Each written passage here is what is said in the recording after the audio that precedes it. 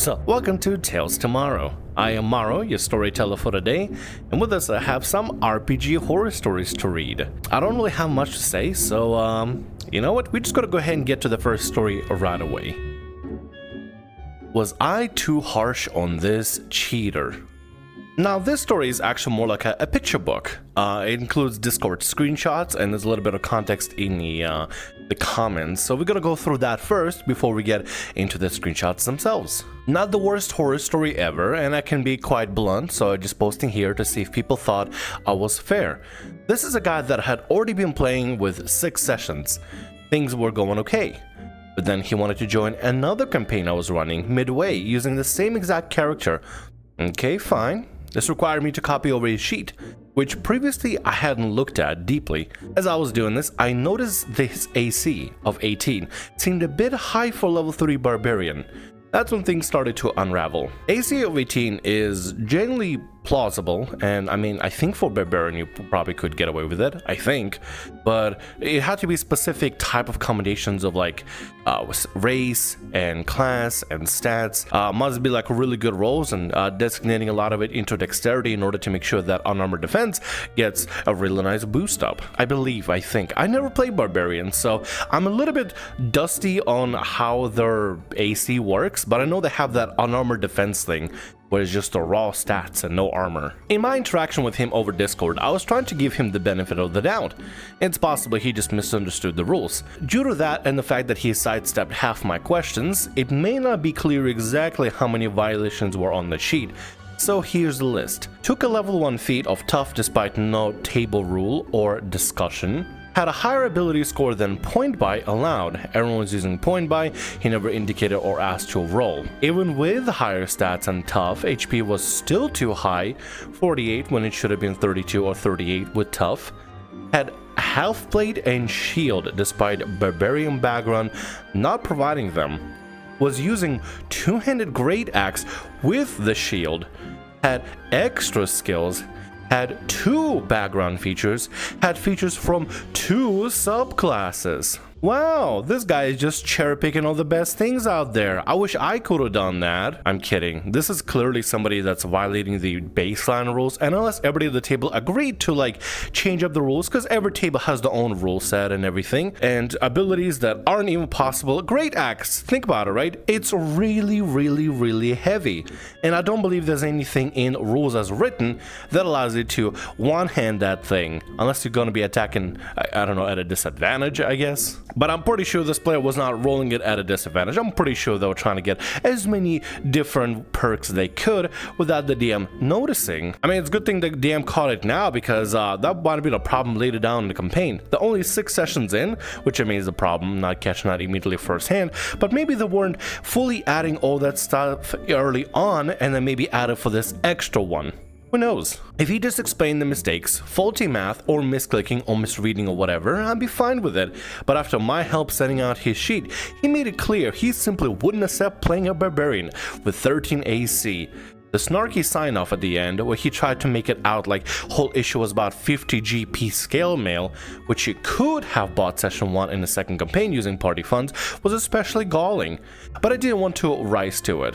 Alright, let's go ahead and see those DM discussions. Names have been censored out by the OP, which is really nice, so I'm gonna make up my own names for characters. Also, I had a question overlooking your sheet. Where does Kyle get half-plate armor from? Also, how is it that Kyle has 48 hit points at level 3? Seems like he should have 32 if my math is right. 12 plus 2 plus 7 plus 2 plus 7 plus 2, 32. I like the idea of the orcs and the white dragon. Maybe they have piqued the interest of Kyle's employer. Maybe Kyle's employer would like to hire them for something or something else. Is half-plate too much for level 4 character? Smiley face. Well, it's not a matter of it being too much or too little, really. Where'd it come from? It's like, what feature grants it? I started with it and Kyle got it from his father. Smiley face. It's not really how it works. You can't just add items you want. You're granted items from your starting equipment or background, or you can buy them in game, but for reference, half-plate is 750 gold, so it's very expensive. You can see the price here in this link. It seems like Kyle's HP is now way too high in this character sheet. Do you take the tough feat and an ASI at the same level? Also, how can Kyle have the tough feat at WBTW before level 4? Looks like WBTW stands for The Wild Beyond a Witchlight, which I think is one of the books. Or it might be like a module book, actually, now that I think about it. Ah, never heard of it before. Yeah, I took the tough feat. What is ASI? Do you not get a feat from the start in Wild Beyond the Witchlight? Smiley face. Oh, I hate that snarky smiley face, because like they're clearly just trying to like get away but looking innocent and being like, tee-hee, oh my god, I'm sorry, did we not get the thing? I didn't know that. Tee-hee, you know, like in anime. God, I feel so cringe just doing what I did. Also, it's not much, but it seems like the ability score don't quite add up for point buy either in WBTW. Seems like you're 2 over. And now that I'm checking, it seems like you have more skill proficiencies that are allowed. By my count, you can get athletics from Goliath, intimidation from animal handling from Barbarian, and then insight and religion from Acolyte 5. So not sure where you get stealth from. Respond to the half plate. No, you just get the starting equipment. But you could buy it if you get enough gold in the adventure of 750. Oh, so he is naked, but I think his boss prefers him to be clothed. A smiley face. Actually, I don't think you start with a shield either from Barbarian. Here's a link for Barbarian. But you also can't use a shield with a two-handed great axe anyway. I apologize if I stepped on your toes in any way. Also, I thought Kyle was Path of the Totem Warrior, but here it says Berserker? Which one did you decide in the end? Totem Warrior, Bear. Okay, I've recreated Kyle Rules Legal in DOIP level 4 and WBTW level 3 on D&D Beyond. This will have the correct stats assuming Kyle chooses Totem Bear level 3 and Tough at level 4.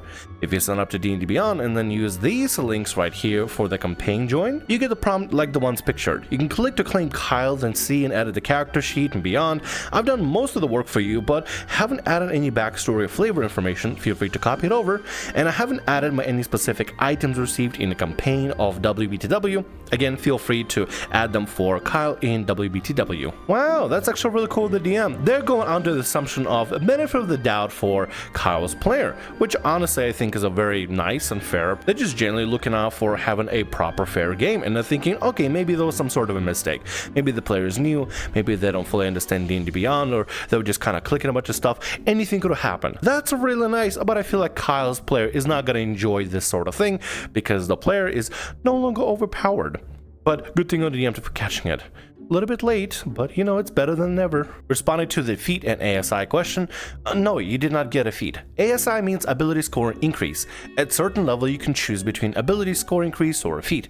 But if you're not a variant human, you have to wait till level 4 before you get the feat. Okay, thanks. Is it better now? Smiley face. I would really highly recommend using D&D Beyond for your sheets. It's much easier to keep track of character creation rules as written. It does the math for you, and you can check the working of how stats and features are calculated, so there's less confusion. Otherwise, I just brush up on character creation rules in general on this handy link here. As a general rule of thumb, please don't add things to your character sheet without any prior discussion or raw feature, or rules as written feature. It's against the rules. Respond to the is it better now? Not quite. The HP is still too high and you still have half plate. May I have half plate in I'm guessing name of the campaign? I'm going to ask that all players not use Beyond for character sheets going forward. There are too many inconsistencies in a Roll20 sheet, and it's very time consuming to keep track all correct. I still don't understand how Kyle gets stealth proficiency, and I'm just now noticing Kyle also seems to have a background feature both from Soldier and Acolyte somehow. Let me know if you have any questions about how D&D Beyond sheet works or where to find features. Man, the DM is pulling all the stops, and yeah, honestly, if you're playing just D&D, I know that WotC has pulled a lot of really bad gamer moves, but I mean, D&D Beyond for itself, like if you're just gonna be playing just D&D, D&D Beyond is really good at like keeping everything together and keeping everything like checked just in case to make sure it doesn't have any colliding information. It still has enough to be able to add stuff like items, magical items, stuff like that, or custom homebrew features. It has a lot of really cool tools, but the one thing it has really nicely is this organized sheet that basically tells you what you get at what level and how to properly like build and everything. And unless you're playing with some sort of extra homebrew rules and not rules as written, it's really nice. You could probably include some homebrew stuff. What? Oh god damn it. Listen, I made the joke once, WotC. You don't have to send the Pickertons now. May I please get AC over 13? Smiley face. I think maybe there's a fundamental misunderstanding about how the game works here. There are specific rules about how character is built.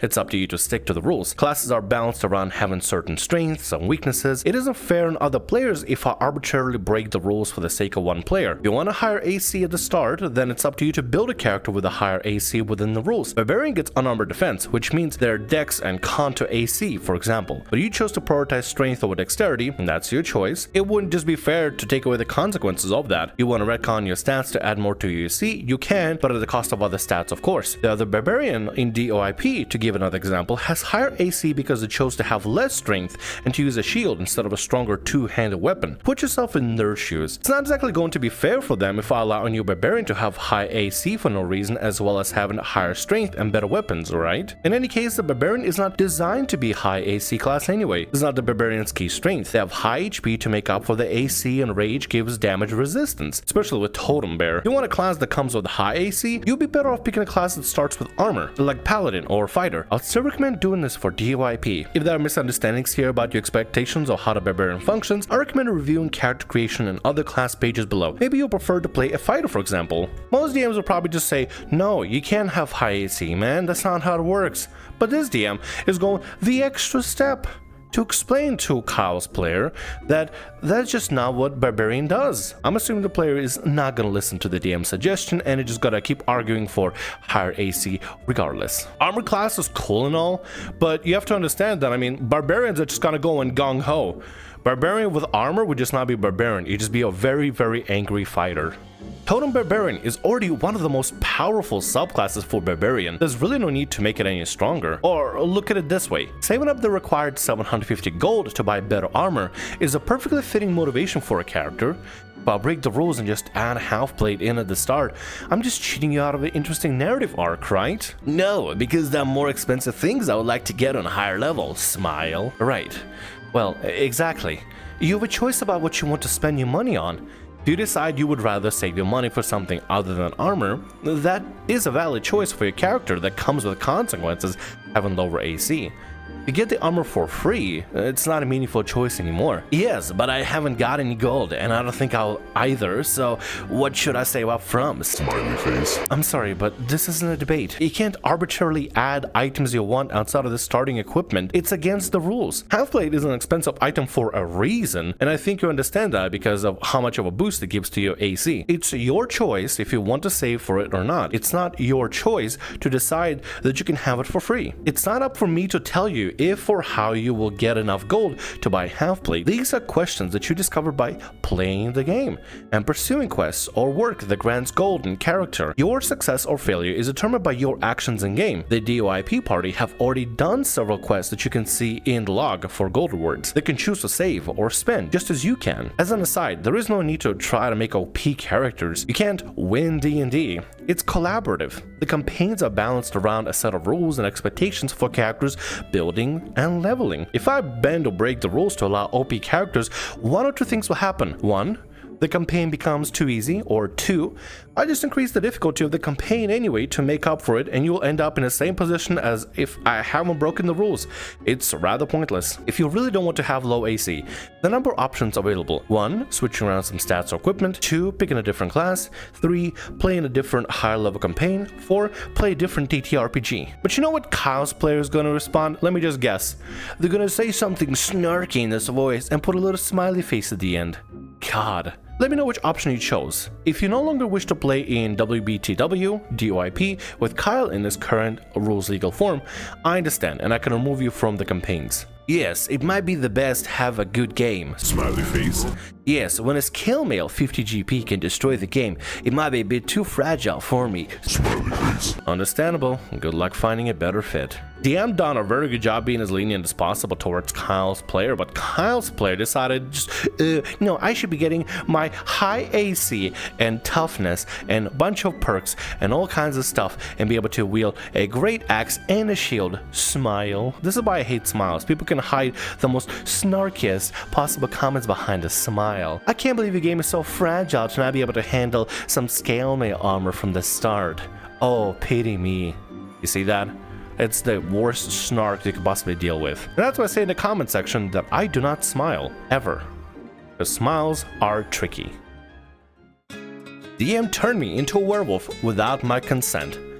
I end up hanging myself. Ugh, wow, that's a title. D&D 5e, probably. After failing awfully as a DM at my last game, I decided to finally switch to being a player. I get invited to a Discord server with hardcore RP.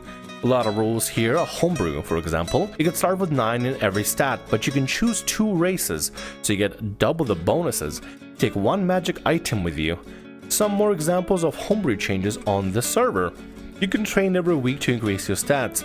On average, it would take from 2 to 16 weeks IRL to advance based on your stats. You also need to hire a coach after crossing 14. You can also train pre-existing feats to make them stronger. Chose the noble background, but because I wrote my own backstory, DM gave me custom bonuses. I received 2 charisma because my character was described as attractive. That's it. I did not receive any traits, money items, and proficiencies.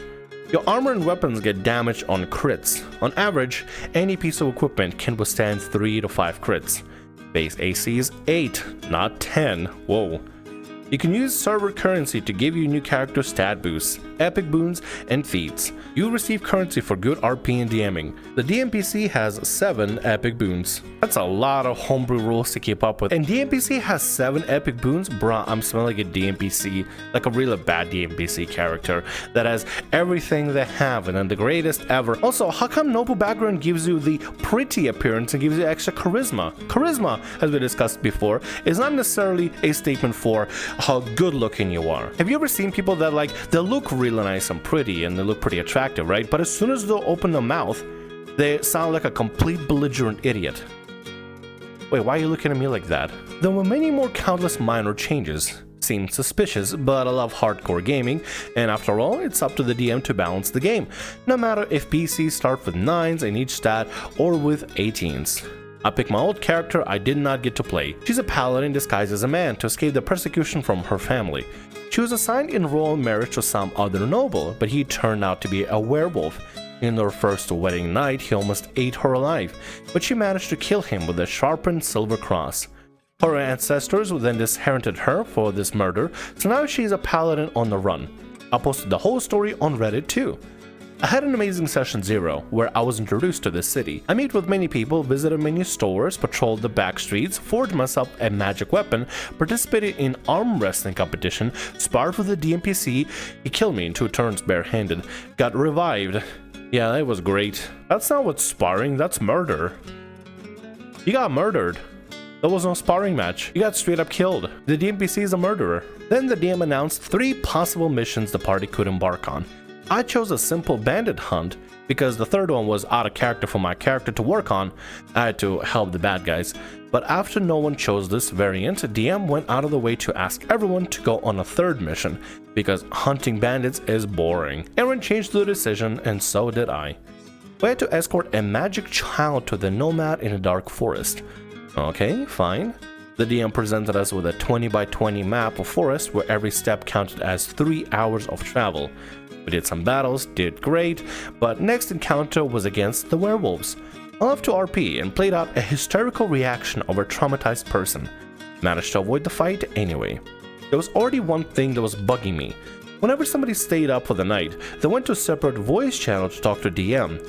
Everyone would just sit quietly sleeping, then the patrol would change, and the silence would continue until it was your turn to watch over everything.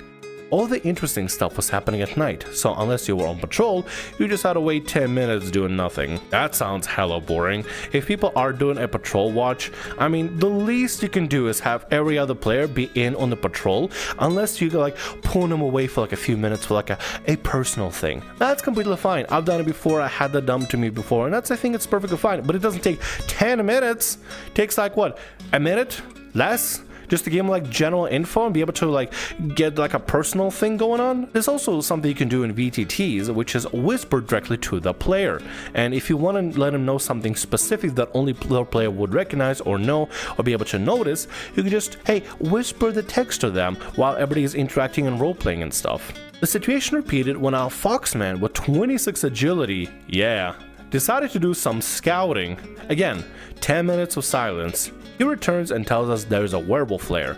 I'm staying in character, so I vote on not going there. We proceed to continue our search for the nomads. As we learned later, they also moved every turn across the forest, so I do not even know how we're supposed to find them. Fine. I'm sorry for interrupting, but like 26 in agility? What the hell is this game? After some peaceful encounters with strangers, we find a group of werewolf hunters. They check all of us with silver, and DM describes me having painful reaction to it. I am very freaking surprised, and so is my character, who goes into PTSD mood instantly.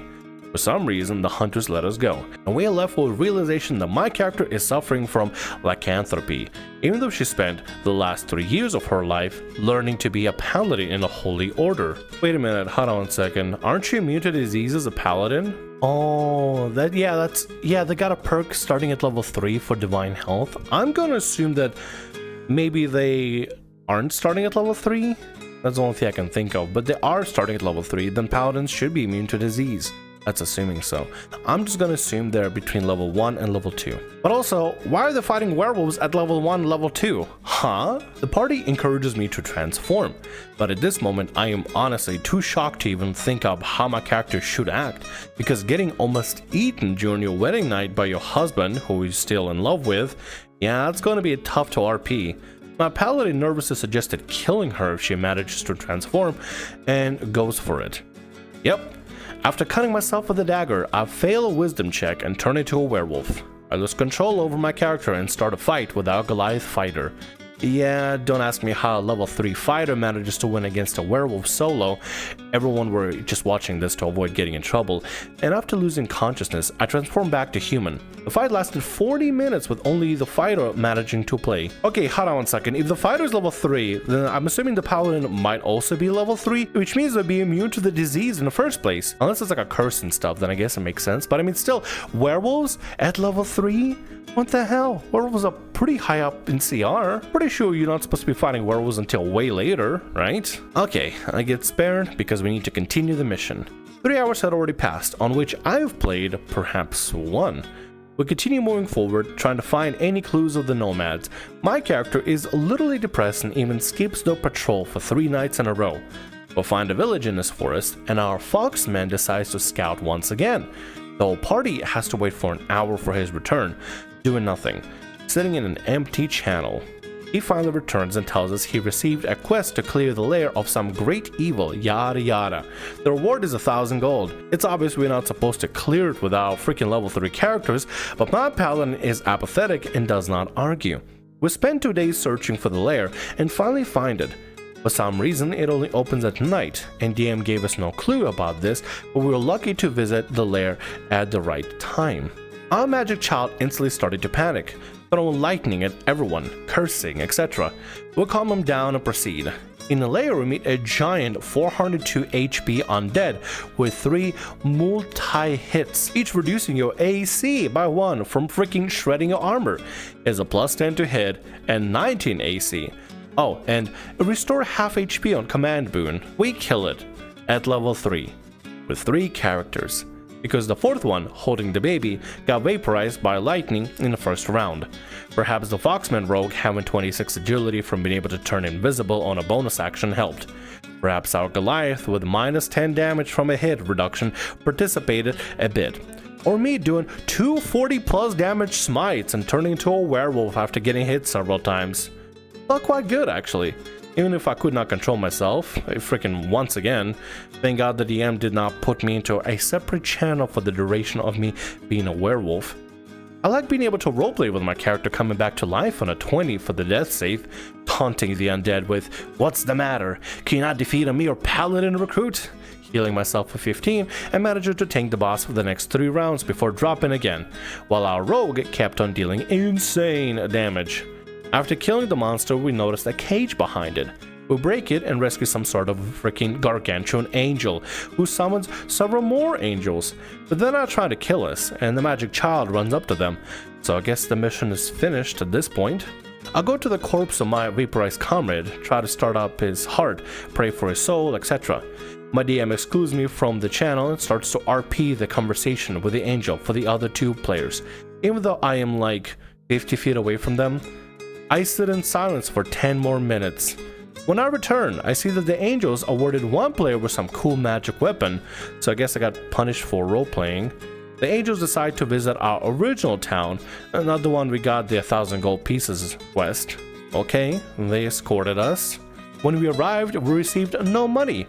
Yep, they did not promise us any, and we did not ask. The game also told us we cannot return to the forest for the 1,000 gold reward because probably Q or something. We should have went there first. He then started a rant about us missing every quest, point of interest, and battle. I do not know why he decided to tell us this when he could perfectly recycle the prepared material. Fine. He asked us what we're doing in downtime. Other players start their training. The vaporized one gets revived for a loan of 1,000 gold. And I use my only golden coin to buy a bar of soap for my 50 feet rope. One NPC sees me preparing to do that, suggests me to sell my soul to him, lol. But I reply with, a paladin has a duty to kill any monstrosity they see. And hang myself. Then, I'm not returning to the stable. Thank you for your time. I hope this story was entertaining.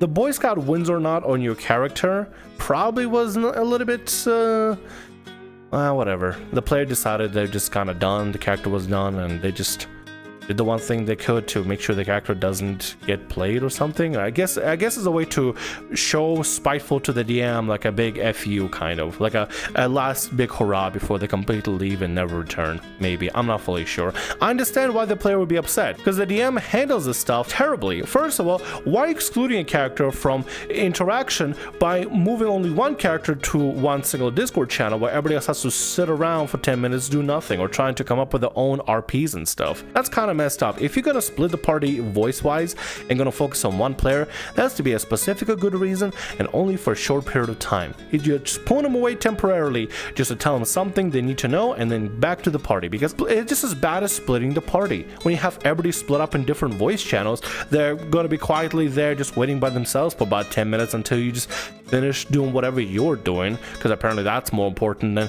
making sure that every player is feeling involved in everything going on. And for some reason, I'm very punishing to people that just want to roleplay. A player character died, and suddenly the paladin is just being punished for wanting to offer a prayer to the fallen companion? What?